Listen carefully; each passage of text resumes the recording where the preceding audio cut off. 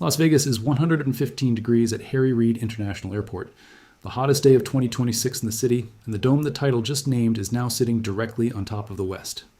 1 degree short of the daily record of 116 set in 1979 and 1938. The runway tarmac is soft enough to leave a footprint. The air above it shimmers like a mirage over a stove. Phoenix is forecast to reach 116 degrees today. That comes on top of 12 days already at or above 110 degrees in July alone. 12 days where the pavement can burn skin in under a minute of contact.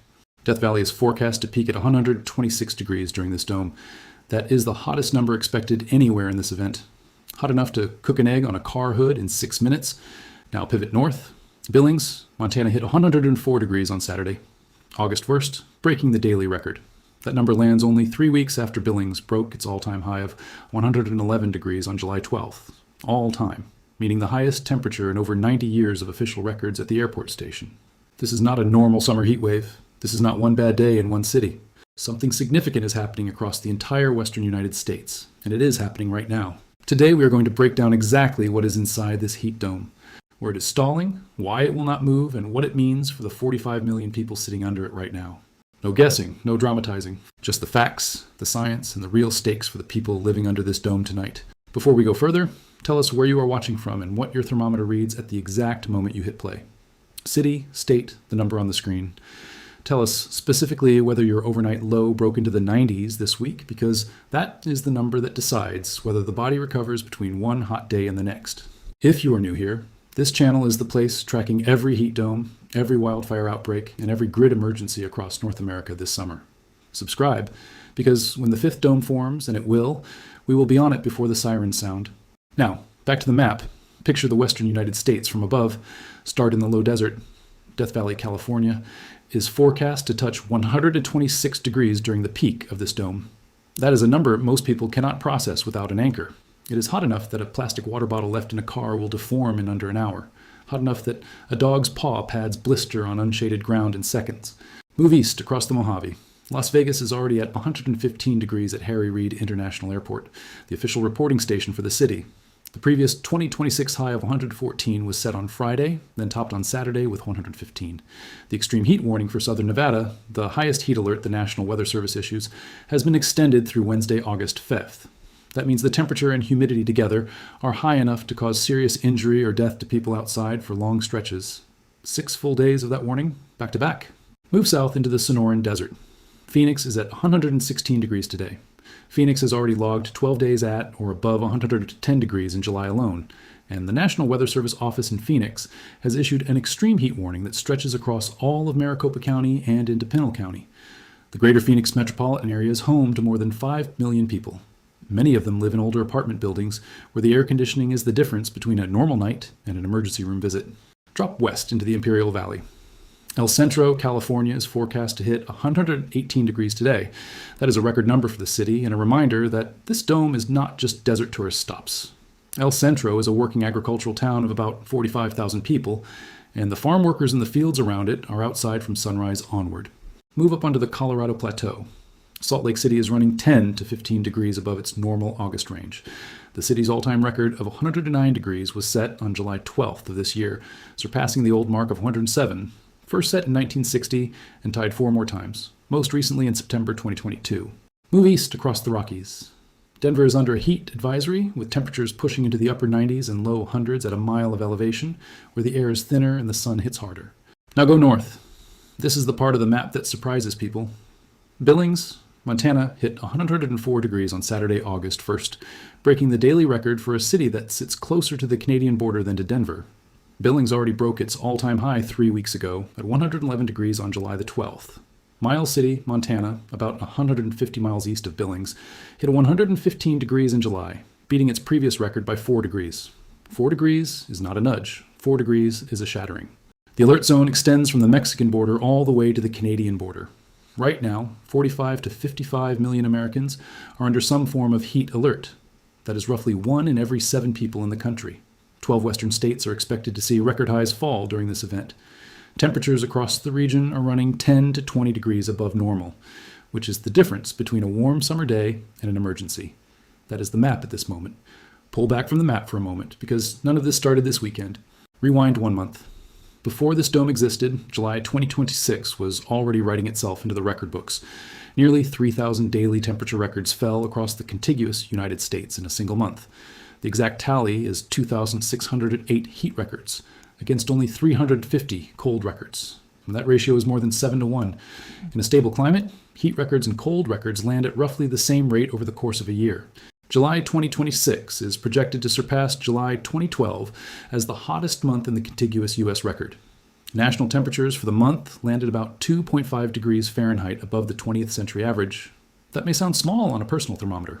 On a national scale, it is enormous.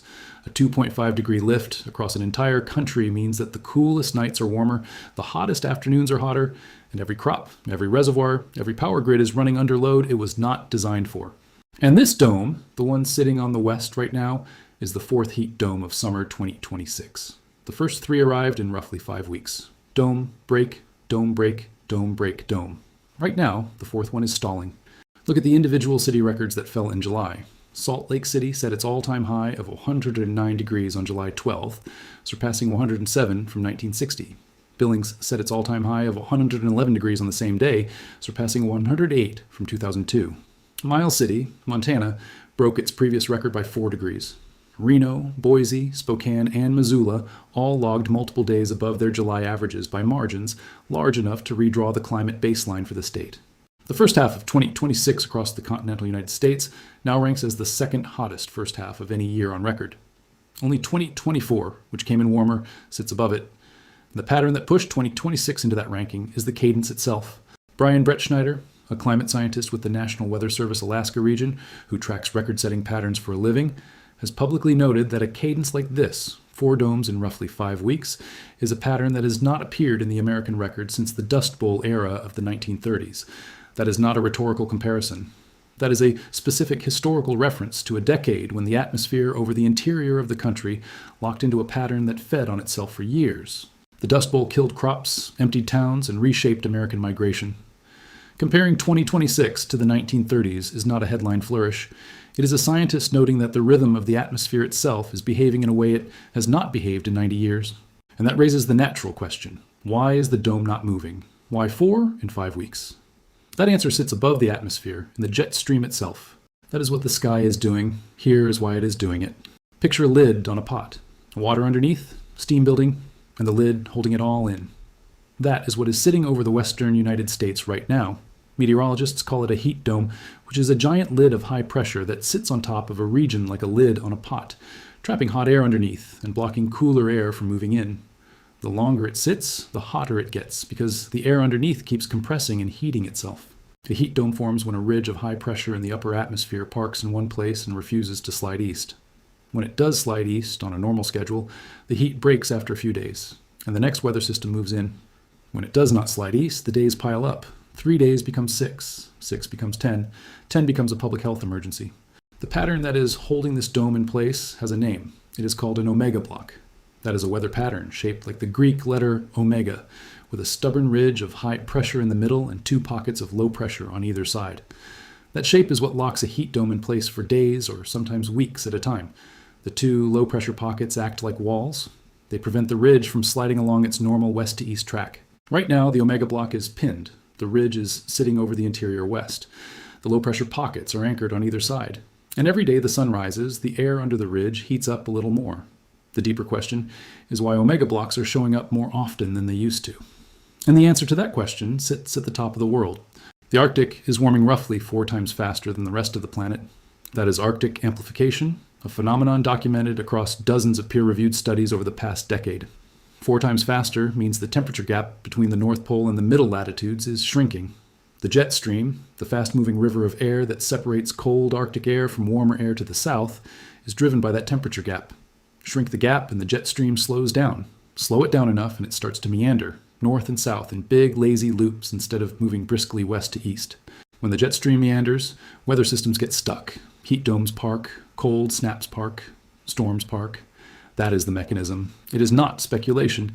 It is basic atmospheric physics, and it is happening in real time over North America right now. And the dome itself is not just about the daytime high. The number that matters most in a stalled dome is the overnight low. The overnight low is the coolest temperature the air reaches after the sun goes down. When those numbers stay in the 90s, the body cannot cool down during sleep, and that is what turns a hot week into a lethal one, especially for older adults and anyone without air conditioning. Las Vegas overnight lows this week are running in the low to mid-90s. Phoenix overnight lows are running in the low 90s. Both cities are nearly 10 degrees above their normal August overnight lows. July 2026 is on track for the warmest overnight temperatures on record across the western U.S. That is the statistic that public health officials watch more closely than any daytime high. The National Weather Service ranks this event as Heat Risk Level 4, which is the top of a color-coded scale that runs from 0 to 4. Level 4, magenta on the map, means dangerous conditions for nearly everyone, not just the vulnerable. Athletes, healthy adults, people with air conditioning, everyone. That is what the science says. Numbers on a screen are one thing. A body under this dome is another. At 6 in the morning in Maricopa County, outreach teams from Circle the City are already on the road. They know the hottest part of the day is coming, and they know the people they are looking for cannot wait for it. Perla Puebla, an outreach coordinator with Circle the City, has told local reporters that her crews are moving in the peak heat, because that is when the calls come in, and that is when people are found unresponsive on sidewalks and in alleyways. At the Montana Rescue Mission in Billings, the doors are opening earlier than usual. The mission normally opens for daytime hours in the late morning. During this dome, staff are moving that up to give people somewhere air-conditioned to sit before the pavement in downtown Billings crosses 130 degrees in direct sun. The numbers behind those scenes are stark. Maricopa County has confirmed 40 heat-related deaths so far in 2026. That is more than double the 17 confirmed at the same point in 2025. The county publishes weekly reports on the demographics of those deaths, and the patterns are consistent. 78% of the victims are men. 65% of the cases involve substance use, most often methamphetamine or alcohol, both of which impair the body's ability to regulate temperature. 33% of the victims are people experiencing homelessness, which means 1 in every 3 people who died from the heat in Maricopa County this year had no consistent shelter to escape it. Look at the yearly totals to see the shape of the problem. In 2023, Maricopa County recorded 645 heat-related deaths, the deadliest year on record for any American county. In 2024, the county recorded 608. In 2025, the county recorded 427. That drop from 645 to 427 gave public health officials cautious hope. Better outreach, more cooling stations, and a slightly milder summer had bent the curve. Then 2026 arrived. 40 deaths by the end of July, more than double last year's pace. The curve is bending the wrong way again. Clark County, Nevada, which contains Las Vegas, has activated cooling stations across the valley through Wednesday, August 5th, aligned with the extended extreme heat warning. Libraries, community centers, and senior centers are open with air conditioning for anyone who walks in. No ID required. In Great Falls, Montana, city pools and splash pads are running at capacity through the weekend, with staff extending hours because families with no air conditioning at home have nowhere else to take small children. The National Weather Service heat risk map for this weekend shows major to extreme categories across the entire western interior. Major means the heat is dangerous for anyone without effective cooling or adequate hydration. Extreme, the top category, means the heat is dangerous for everyone. The medical picture behind those categories is specific. Heat stroke sets in when the body's core temperature crosses 104 degrees. At that point, the organs begin to fail in a specific order. Kidneys first, then liver, then the central nervous system. A person in heat stroke can look drunk, then confused, then unresponsive, and the window between the first sign and irreversible damage can be under an hour. Emergency rooms across Phoenix, Las Vegas, and Salt Lake City are staffing up for that window this weekend. Cooling centers are one line of defense. Outreach crews are another. Neighbors checking on neighbors are a third. In a stalled dome, all 3 lines are working at once. The people are one system under strain. The grid is the next. PJM Interconnection, the grid operator that serves 67 million people from Chicago to Washington, D.C., has already issued 2 rounds of emergency alerts in July 2026. Those alerts do not go out casually. They mean the grid is close enough to its limits that operators are asking every generator on the system to run at full output, and every large customer to consider cutting back. PJM has specifically asked data centers on its system to deploy backup diesel generators during peak hours. Data centers are among the fastest growing electricity consumers in the country, and their operators normally keep backup generators for emergencies only. During this heat, PJM is asking them to run those backups during normal business hours, effectively taking their normal load off the grid so residential air conditioners can keep running. The Southwest Power Pool, which manages the grid across parts of 14 states from Louisiana to Montana, has secured federal permission to exceed normal environmental limits on generation. That permission allows older, dirtier power plants to run at maximum output during the emergency. It is the kind of authorization regulators only grant when the alternative is rolling blackouts. Clearview Energy Partners, an independent research firm that tracks grid stress for institutional clients, has publicly noted that American grids are approaching tipping points during compound heat events like this one. Tipping points meaning the moment when demand exceeds available supply and operators have to choose which neighborhoods lose power to protect the rest of the system. The wildfire picture is running on a parallel track. So far in 2026, 4.6 million acres have burned across the United States. That is well above the seasonal average for this point in the year. Oregon alone has 46 active wildfires, burning across roughly 1.4 million acres. To put that in scale, 1.4 million acres is larger than the entire state of Delaware. The U.S. Forest Service has raised the National Wildfire Readiness System to Preparedness Level 5. That is the top of the National Wildfire Readiness Scale. It means the fires already burning have overwhelmed the resources available to fight them, and every crew and aircraft in the country is committed or about to be.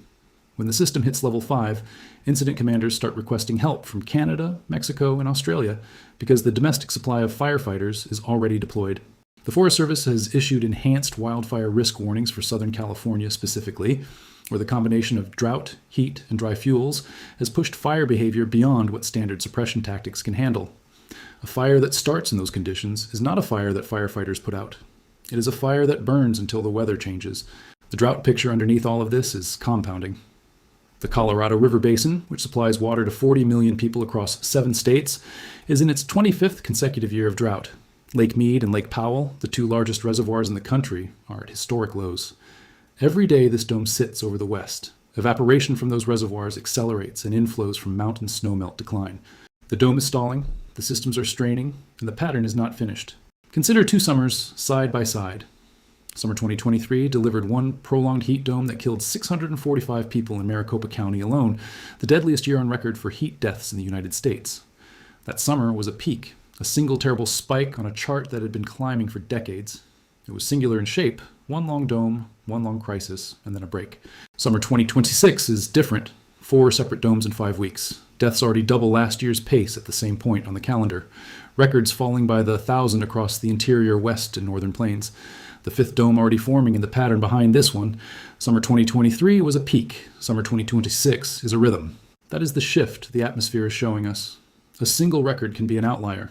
A cadence of records is a forecast. The dome sitting over the west tonight is not asking us to be afraid.